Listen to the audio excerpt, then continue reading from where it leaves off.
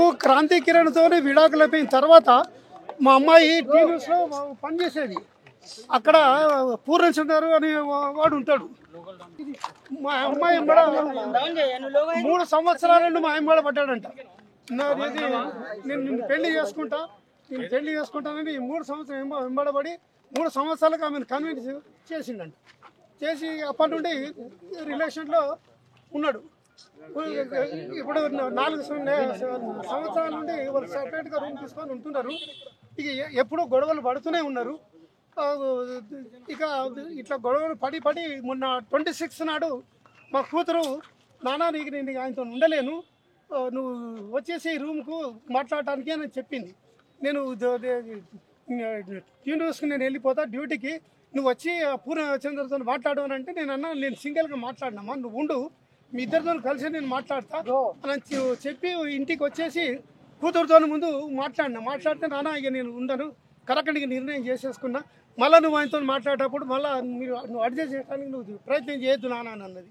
సరే నీ ఇష్ట ప్రకారంగా నాన్న అమ్మ అని చెప్పినాక ఈమెతో మాట్లాడిన తర్వాత ఆయనతో పూర్ణచంద్రతో నేను బయట కూర్చొని మాట్లాడినాము. ఆ టైంలో మా కూతురు కూడా వచ్చి కూర్చున్నది. నేను అతన్ని ఫస్ట్ టైం చూసిన. వీళ్ళ ఏది సంబంధాన్ని మేము అంగీకరించలేదు, మేము భార్య భర్తలను అంగీకరించలేదు. అది అందుగురించి ఏంటంటే ఆయనను ముఖం కూడా చూడలేదు గతంలో ఎన్నడు.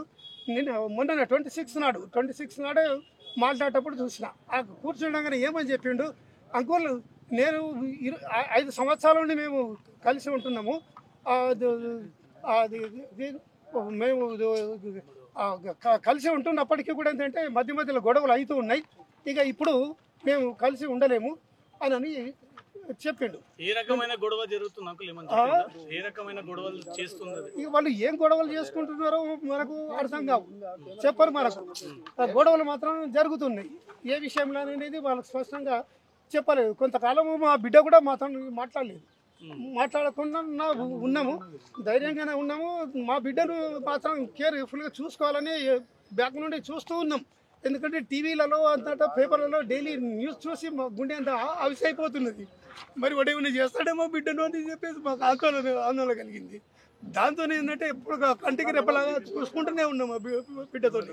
అయితే బిడ్డని ఏంటంటే మరి మేము వాళ్ళ అమ్మనాలతో వాళ్ళు మాట్లాడతామంటే, లేదు నాన్న నేనే మెయింటైన్ చేసుకుంటా, మీరు మాట్లాడుతానంటే నేను ఆత్మహత్య చేసుకుంటానన్నది.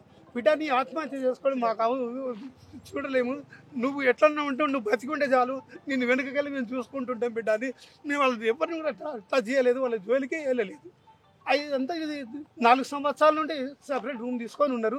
ఇక మొన్న 26 నాడు ఇట్లా మాట్లాడుకున్న తర్వాత ఇక నేను మాట్లాడేసేసి వెళ్ళిపోయిన తర్వాత మాతో మాట్లాడి ఆమె డ్యూటీకి వెళ్ళింది. డ్యూటీలో మేము న్యూస్ కూడా చూస్తున్నాము, ముఖం ఫేస్లో ఏమి విచారం ఉన్నట్టు కనవలేదు. మళ్ళీ నేను మా మనవరాలను కూడా అడిగిన, బిడ్డ ఎట్లా ఉన్నది అమ్మా నాన్నని అడిగితే అమ్మ హ్యాపీగానే ఉన్నది తాతయ్య, ఇక వాని పీడ విరుగుడు అయిపోయింది అనేది పాప కూడా అన్నది. ఇక మళ్ళీ నిన్న మార్నింగ్ పాపను స్కూల్కి పంపించేసింది. స్కూల్కి పంపించిన తర్వాత ఈమె డ్యూటీకి పోతున్నదని అనుకున్నాను. నేను ఇంట్లో ఉంటుందని నేను ఎక్స్పెక్ట్ చేయలేదు. డ్యూటీకి పోతుందని అనుకున్నాను. పాప అనేది తాతయ్య నువ్వే వచ్చి తీసుకురా నన్ను స్కూల్కి వెళ్ళంటే నేనే పోయి 2:40కి నేనే స్కూల్కి వెళ్ళి పాపని ఇంటికి తీసుకొని వచ్చేసిన. ఇంటికి వచ్చే వరకు 4 అయింది.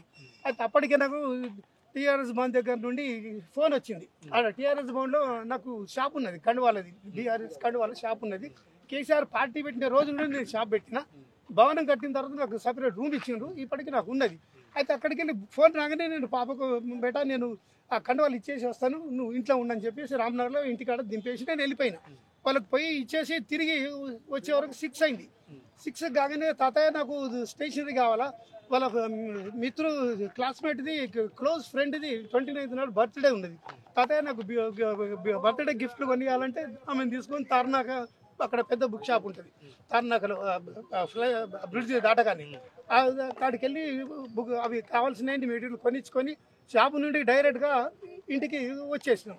ఇక అప్పటికే ఏంటంటే చాలా ఆలస్యమైంది. అమ్మ ఇంట్లోనే ఉన్నది తాతయ్య అని అంటే నేను గేట్ దగ్గరనే దింపేసి, బెటా నేను మళ్ళీ కలుస్తా, మరి నాకు అర్జెంట్ పని ఉందని చెప్పేసి నేను వెళ్ళిన.